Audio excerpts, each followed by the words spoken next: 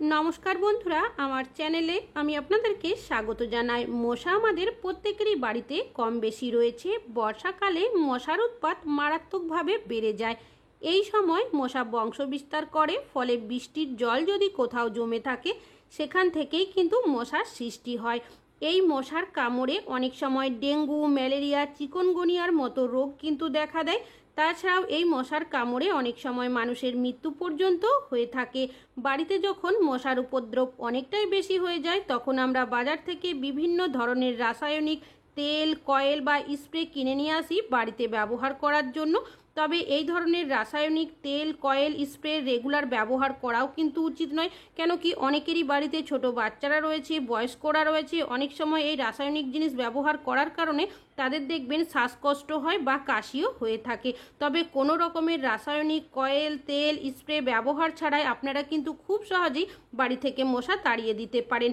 তেমনই একটা ঘরোয়া দেশি পাওয়ারফুল টোটকা আপনাদের সাথে শেয়ার করব। আর এটা এতটাই ভালো রেজাল্ট দেয়, আপনাদের বাড়িতে তো একটা মশা থাকবেই না, বাড়ির বাইরেও একটা মশাও দেখতে পাবেন না। অনেক দিন ধরেই কমেন্ট আসছে বাড়িতে মশার উপদ্রব অনেকটাই বেশি হয়ে গেছে, এমন কিছু ঘরোয়া টোটকা বলুন যাতে করে খুব সহজেই মশা বাড়ি থেকে তাড়িয়ে দিতে পারি। তবে আপনাদের বাড়িতেও যদি মশার উপদ্রব অনেকটাই বেশি হয়ে গেছে, তাহলে কিন্তু এই ভিডিওটা আপনাদের জন্য স্কিপ না করে দেখুন, না হলে বুঝতে পারবেন না। চলুন দেখে নেওয়া যাক কিভাবে আপনারা খুব সহজেই মশা বাড়ি থেকে তাড়িয়ে দিতে পারেন। সবার প্রথম নিয়েছি এখানে পেঁয়াজ। পেঁয়াজ আমরা প্রত্যেকেই রান্নাতে ব্যবহার করে থাকি, তবে আপনারা কি কখনো মশা তাড়ানোর ক্ষেত্রে ব্যবহার করেছেন? তবে এখানে যেহেতু পেঁয়াজটা অনেকটাই বড় সাইজের রয়েছে, পুরোটা ব্যবহার করব না। আমি কিছুটা পেঁয়াজ এখান থেকে কেটে নিচ্ছি। তবে এই পেঁয়াজটা কিন্তু ডাইরেক্ট এইভাবে ব্যবহার করা যাবে না। তো আমি এখানে নিয়েছি একটা গ্রেটারের সাহায্যে পেঁয়াজটাকে গ্রেট করে নেব। তবে যদি আপনারা এখানে লাল ধরনের যে পেঁয়াজটা হয়ে থাকে সেটা নেন, সেক্ষেত্রে কিন্তু আরও ভালো কাজ করবে। তো পেঁয়াজটাকে আমি গ্রেটারের সাহায্যে এভাবে গ্রেট করে দিচ্ছি। আপনারা চাইলে পেঁয়াজটা কিন্তু এখানে থেতেও করে দিতে পারেন। পেঁয়াজের মধ্যে দেখবেন একটা ঝাঁঝালো স্ট্রং গন্ধ থাকে, সেটারই কিন্তু আমাদের এখানে প্রয়োজন। দেখতেই পাচ্ছেন পেঁয়াজটা কিন্তু এখানে গ্রেট করে নেওয়া হয়ে গেছে। এবার এর মধ্যে দিয়ে দেব আমি সামান্য পরিমাণের হলুদ গুঁড়ো। যে হলুদ রান্নাতে ব্যবহার করি সেই হলুদই এখানে নিয়েছি। হলুদের মধ্যেও একটা স্ট্রং গন্ধ রয়েছে। আর নিয়েছি এখানে কর্পূর। যে কর্পূর পুজোর জন্য ব্যবহার করি সেই কর্পূরই নিয়েছি। হাত দিয়ে যতটা সম্ভব এভাবে করে গুঁড়ো করে এর মধ্যে দিয়ে দিচ্ছি। আর নিয়েছি এখানে বেশ কিছুটা পরিমাণের লবঙ্গ। লবঙ্গর মধ্যে এমনিতেই একটা স্ট্রং গন্ধ রয়েছে, তবে লবঙ্গটা ডাইরেক্ট ব্যবহার করা যাবে না। এটাকে একটু থেতো করে নেব যাতে করে এর গন্ধটা আরও বেশি বেরিয়ে আসে। একটা পেপারের মধ্যে লবঙ্গটাকে দিয়ে একটা পাথরের সাহায্যে এইভাবে করে একটু থেতো করে নিয়েছি, তারপর এর মধ্যে দিয়ে দিয়েছি। আর নিয়ে নিয়েছি এখানে বেশ কিছুটা দেশলাইয়ের কাঠি। তবে দেশলাইয়ের কাঠিগুলো ব্যবহার করব না, যে বারুদের অংশটা রয়েছে সেটাই হাত দিয়ে এভাবে করে ছাড়িয়ে এর মধ্যে দিয়ে দেব। দেশলাই কাঠির মধ্যেও একটা স্ট্রং গন্ধ রয়েছে, যেটা কিনা দেওয়া এখানে খুবই প্রয়োজন। তো দেখতেই পাচ্ছেন বারুদের অংশগুলো ছাড়িয়ে এর মধ্যে আমি দিয়ে দিয়েছি। এবার সব উপকরণগুলো খুব ভালোভাবে মিশিয়ে নেব। এটা যখন আপনারা এভাবে মেশাবেন দেখবেন এখান থেকে একটা স্ট্রং গন্ধ বেরিয়ে আসতে শুরু করবে। তো দেখতেই পাচ্ছেন এটা কিন্তু খুব ভালো করে মিশিয়ে নিয়েছি। তবে এটা কিন্তু মেশানোর সাথে সাথে ব্যবহার করা যাবে না, মিশিয়ে আপনাদের 5 মিনিট মতো সাইডে রেখে দিতে হবে। ফিরে আসছি 5 মিনিট পর। এখানে আমি কিছুটা তুলো নিয়েছি। তুলোটা হাত দিয়ে এভাবে করে একটু পাতলা করে ছড়িয়ে নিচ্ছি। এবার এটাকে আপনারা কিভাবে ব্যবহার করবেন, যে মিশ্রণটা বানিয়েছিলাম সেটা এখান থেকে কিছুটা পরিমাণে নিয়ে তুলোর যে মাঝখানের অংশটা রয়েছে তার মধ্যে এভাবে দিয়ে দেব। তারপর তুলোটাকে একটু ভালোভাবে মুড়িয়ে দিতে হবে যাতে করে ভেতরের মিশ্রণটা বেরিয়ে না আসে। তারপর সলতের মতো এটাকে বানিয়ে নিতে হবে। এবার এটাকে আপনারা কিভাবে ব্যবহার করবেন, এখানে একটা পুরনো মাটির প্রদীপ নিয়েছি। আপনারা মাটির এখানে যে কোনো পাত্র নিতে পারেন। কিছুটা পরিমাণের সর্ষের তেল দিয়েছি। তারপর তেলটার মধ্যে এটাকে খুব ভালোভাবে এভাবে করে আমি ডিপ করে দেব। এইভাবে ডিপ করে আপনারা রেখে দেবেন 2 থেকে 3 মিনিটের জন্য। নিয়েছি এখানে একটা কন্টেনার। এবার এর মধ্যে দিয়ে দিচ্ছি বেশ কিছুটা পরিমাণের নর্মাল জল। বাকি যে মিশ্রণটা রেখেছিলাম সেটা কি করব, এর মধ্যে দিয়ে দেব। তারপর এখানে নিয়ে নিয়েছি আমি কোলগেট। আপনারা এখানে যে কোনো সাদা ধরনের টুথপেস্ট নিতে পারেন। তো সামান্য পরিমাণের আমি এখানে কোলগেট দিয়ে দিয়েছি। তারপর সব উপকরণগুলো খুব ভালোভাবে আমি মিশিয়ে নেব। এটা যখন আপনারা এইভাবে মেশাবেন দেখবেন এখান থেকে একটা স্ট্রং গন্ধ বেরিয়ে আসতে শুরু করবে। তবে এটাকে ডাইরেক্ট এইভাবে ব্যবহার করা যাবে না। এখানে নিয়ে নিচ্ছি একটা পুরনো কন্টেনার আর একটা পুরনো ছাঁকনি। তার মধ্যে এই মিশ্রণটাকে আমি ছেঁকে নিচ্ছি। এই সলিউশনটা কিন্তু এখন অনেক বেশি পাওয়ারফুল হয়ে গেছে কোলগেট দেওয়ার কারণে। স্প্রে বোতলের মধ্যে কিছুটা সলিউশন আমি ভরে নিচ্ছি আর বাকিটা আমি স্টোর করে রাখবো পরে ব্যবহার করার জন্য। এবার আপনারা এই সলিউশনটাকে স্প্রে করবেন যেখানে আপনাদের মশার উপদ্রব বেশি থাকবে। কোথায় কিভাবে ব্যবহার করবেন সেটা আপনাদের পরে দেখাচ্ছি। তার আগে যে প্রদীপটা রেডি করে রেখেছিলাম সেটা এখানে নিয়েছি। প্রদীপটাকে প্রথমে জ্বালিয়ে নেব। এই প্রদীপটা যখনই আপনারা জ্বালাবেন দেখবেন এখান থেকে একটা স্ট্রং গন্ধ বেরিয়ে আসতে শুরু করবে। কখন কোথায় এটা ব্যবহার করবেন চলুন দেখে নেওয়া যাক। সন্ধ্যাবেলা আপনারা কি করবেন, এইভাবে করে প্রদীপটাকে রেডি করে নেবেন। তারপর জ্বালিয়ে নেওয়ার পর পুরো বাড়ির মধ্যে এই প্রদীপটাকে কিন্তু ঘুরিয়ে নিতে পারেন। চাইলে একটা প্লেটের মধ্যে এইভাবে করে রেখে কাজটি করবেন, তাহলে হাতে গরম লাগার সম্ভাবনা থাকবে না। এইভাবে আপনারা যদি পুরো বাড়ির মধ্যে এই প্রদীপটাকে জ্বালিয়ে এইভাবে ঘুরিয়ে নিতে পারেন, এই প্রদীপটা যখন জ্বলতে শুরু করবে এখান থেকে এমনই একটা স্ট্রং গন্ধ বেরোতে শুরু করবে, যার কারণে দেখবেন মশা যদি কোথাও বাড়িতে লুকিয়েও থাকে না কেন, এর গন্ধের কারণে কি হবে, মশারা ঘোর হয়ে যাবে। কিছুক্ষণের মধ্যেই দেখবেন মেঝের মধ্যে পড়ে যাবে। জানালা দরজা খোলা থাকে আর প্রদীপটা যদি এইভাবে পুরো বাড়ির মধ্যে আপনারা ঘুরিয়ে নেন, সেক্ষেত্রে দেখবেন জানালা বা দরজা দিয়েই কিন্তু মশারা সব বাইরের দিকে পালিয়ে যাবে। চাইলে আপনারা পুরো বাড়ির মধ্যে এভাবে ঘুরিয়েও নিতে পারেন, আর যদি চান রুমের একটা সাইড করে কিন্তু এই প্রদীপটাকে কিছুক্ষণের জন্য জ্বালিয়ে রেখেও দিতে পারেন। এতেও দেখবেন কাজ হবে।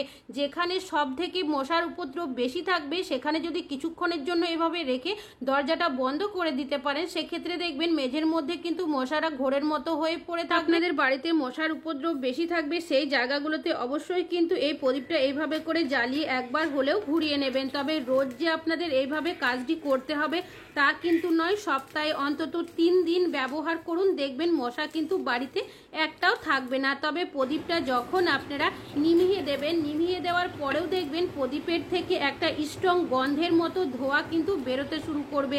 এই ধোঁয়াটাও কিন্তু অনেক বেশি কার্যকরী, কেন কি এই ধোঁয়ার গন্ধের কারণে দেখবেন মশারা কিন্তু বাড়িতে থাকবে না। এইভাবে করে কিছুক্ষণ জ্বালিয়ে নিভিয়ে রাখবেন, তারপর কিন্তু পরে আবারও এটা ব্যবহার করতে পারবেন। আশা করছি মশা তাড়ানোর এই টিপসটাও কাজে আসবে। এখন আপনাদের কাছে আরো একটা টিপস, স্প্রে বোতলের মধ্যে ভরে নিয়েছিলাম, সেটা আপনারা কোথায় কিভাবে ব্যবহার করবেন। আমরা যখন সন্ধ্যাবেলা দরজা খোলা রাখি বা জানালা অনেক সময় খোলা রেখে দিই, সেখান থেকে দেখবেন মশা কিন্তু বাড়ির বাইরে থেকে ভেতরে চলে আসে। আর কোনোভাবে যদি মশা বাড়ির ভেতরে চলে আসে, কিছুদিনের মধ্যেই দেখবেন বাড়িতে মশার উপদ্রব অনেকটাই বেশি হয়ে যায়। তো আপনারা এইভাবে করে জানালার সাইড করে যদি কিছুটা সলিউশন স্প্রে করে রেখে দিতে পারেন, এর যে একটা স্ট্রং গন্ধ থাকে, এর গন্ধের কারণে দেখবেন মশারা কিন্তু কোনোভাবেই বাড়ির বাইরে থেকে ভেতরে আসবে না। তাছাড়াও যে মেন দরজা থাকে, দরজার মধ্যেও কিন্তু অনেক সময় দেখা যায় মশা বসে রয়েছে, দরজা খোলার সাথে সাথেই বাড়ির ভেতরে চলে আসে। এইভাবে করে মেন দরজার মধ্যেও কিছুটা সলিউশন অবশ্যই আপনারা স্প্রে করে রাখবেন। ছাড়াও আমরা অনেকেই বাড়িতে কিন্তু গাছপালা লাগিয়ে থাকি, আর এই গাছপালার মধ্যেই দেখবেন অনেক সময় মশারা কিন্তু বসে থাকে, কেন কি মাটিটা অনেকক্ষণ পর্যন্ত ভিজে থাকে। তো আপনারা কি করবেন, সলিউশনটা কিছুটা হলেও এইভাবে করে গাছের মধ্যে যদি স্প্রে করে রাখতে পারেন, এর গন্ধের কারণে মশারা কিন্তু বসবে না। যদি বসেও থাকে, স্প্রে করার সাথে সাথেই কিন্তু মশারা এখান থেকে পালিয়ে যাবে। তাছাড়াও আমাদের যেখানে ফ্রিজ থাকে, ফ্রিজের উল্টো সাইডে দেখবেন অনেক সময় জল জমে থাকে বা মশারাও কিন্তু অনেক সময় বসে থাকতে দেখা যায়। আর যদি ফ্রিজের উল্টো সাইডে জল জমা থাকে, সেখান থেকেই মশা সৃষ্টি হয়। এইভাবে করে পিছনের সাইড করে আপনারা কিছুটা সলিউশন অবশ্যই স্প্রে করে রাখবেন। এর গন্ধের কারণে দেখবেন মশারা কিন্তু কোনোভাবে এখানে থাকবে না, যদি থেকেও থাকে এই স্প্রে করার সাথে সাথেই চলে যাবে। তাছাড়াও যেখানে আমাদের খাট থাকে, সোফা থাকে, দেখবেন এই সাইডগুলোতে অনেক সময় মশারা বসে থাকে। আমরা যদি খাটে বসতে যাই বা সোফাতে বসি, অনেক সময় আমাদের হাতে পায়ের মধ্যে কামড়ে দেয়, অনেক সময় বাচ্চাদেরও কিন্তু কামড়ে দেয়, বাচ্চারাও অনেক সময় কান্নাকাটি করতেও শুরু করে। তো আপনারা কি করবেন, কিছুটা সলিউশন এইভাবে করে খাটের সাইডে, সোফার সাইডে যদি স্প্রে করে রাখেন, এর গন্ধের কারণে দেখবেন এখানেও কিন্তু মশারা থাকবে না।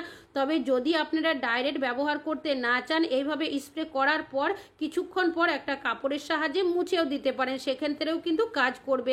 তাছাড়াও যেখানে গ্যাসের সিলিন্ডার থাকে তার ওপরের সাইডে বা সাইডে অনেক সময় দেখা যায় এই জায়গাগুলোতেও কিন্তু মশা রয়েছে বা ছোটোখাটো পোকামাকড় রয়েছে। তো আপনারা কিছুটা সলিউশন এই জায়গাতেও স্প্রে করে রাখবেন, তাহলে দেখবেন মশা থাকলে এখান থেকে চলে যাবে, আর যদি না থাকে এর গন্ধের কারণে মশারা কিন্তু এখানেও আসবে না। যখন আমরা রান্না বান্না করি সন্ধ্যাবেলা, কিচেনের মধ্যে অনেক অনেক সময় দেখবেন মশা কিন্তু আমাদের হাতে পায়ের মধ্যে কামড়াতে থাকে, আমরা কিন্তু এখানে দাঁড়িয়ে রান্না করতেও পারি না, এতটাই সমস্যার মধ্যে পড়ে যায়। অনেক সময় আমরা রাসায়নিক কয়েল বা তেলেরও কিন্তু ব্যবহার করে থাকি মশা তাড়ানোর জন্য। তো আপনারা স্প্রেটা কি করবেন, এইভাবে করে গ্যাস ওভেনের নিচের সাইডে কিছুটা স্প্রে করে রাখবেন। এর গন্ধের কারণে দেখবেন এখানে কিন্তু মশারা আসবে না। চাইলে কিছুটা সলিউশন আপনারা কিচেনের দেওয়ালের মধ্যেও স্প্রে করে রেখে দিতে পারেন। আশা করছি আপনাদের এই টিপসটিও কাজে আসবে। শেয়ার করব আরও একটা টিপস। তো এখানে নিয়ে নিয়েছি একটা প্লেট, আর নিয়ে নিচ্ছি এখানে কিছুটা পরিমাণের ব্যবহার করা চায়ের পাতা, তবে পুরোটা ব্যবহার করব না, সামান্য পরিমাণের চায়ের পাতা নিয়ে নিয়েছি। আর নিয়েছি এখানে কোলগেট, আপনারা এখানে যে কোনো সাদা ধরনের টুথপেস্টের ব্যবহার করতে পারেন, সামান্য পরিমাণের কোলগেট দিয়ে দিয়েছি। আর নিয়েছি এখানে লেবু, একদম সামান্য পরিমাণের লেবুর রস আমি এর মধ্যে দিয়ে দেব। তারপর তিনটে উপকরণকেই খুব ভালোভাবে মিশিয়ে নেব। এটা যখন একসাথে মিশে যাবে এটা কিন্তু একটা স্ট্রং সলিউশন তৈরি হয়ে যাবে। এই সলিউশনটা আপনারা কোথায় কিভাবে ব্যবহার করে দেখবেন, মশা যখন আমাদের কামড়ে দেয়, বিশেষ করে বাচ্চাদের যদি কামড়ে দেয় সেক্ষেত্রে বাচ্চারা কান্নাকাটি করতে শুরু করে, অনেক সময় চুলকানি হয়, লাল হয়ে যায়, র্যাশ বেরিয়ে যায়। তো যার কারণে আমরা বিভিন্ন ধরনের ক্রিমের বা ওষুধের ব্যবহার করে থাকি। তো আপনারা এইভাবে করে একটা মিশ্রণ বানিয়ে নেবেন, তারপর যে জায়গাতে আপনাদের মশা কামড়াবে সেই জায়গাতে কিন্তু অবশ্যই এইভাবে করে লাগিয়ে দেবেন। বাচ্চাদের যদি এই সলিউশনটা লাগিয়ে দেন সাথে সাথেই দেখবেন যে চুলকানি হয় সেটা কিন্তু কমে যায়, হাতের মধ্যে যে লাল হয়ে র্যাশ বেরিয়ে যায় সেটাও কিন্তু হবে না। তাছাড়াও এই সলিউশনটা আপনারা বাচ্চাদের জামা কাপড়ের মধ্যেও কিন্তু এইভাবে করে কিছুটা লাগিয়ে দিতে পারেন। এতে কি হবে, মশা দেখবেন বাচ্চাদের আশেপাশেও কিন্তু আসবে না। অনেক সময় বাইরে কোথাও ঘুরতে গেলে সেক্ষেত্রে অনেক সময় হাতে পায়ের মধ্যে বাচ্চাদের কামড়ে দেয়, এইভাবে আপনারা ব্যবহার করতে পারেন। তাহলে বন্ধুরা আজকে মশা তাড়ানোর টিপসগুলো যদি আপনাদের একটু হলেও কাজে লেগে থাকে অবশ্যই আপনারা লাইক করবেন। আজকে এখানেই শেষ করছি।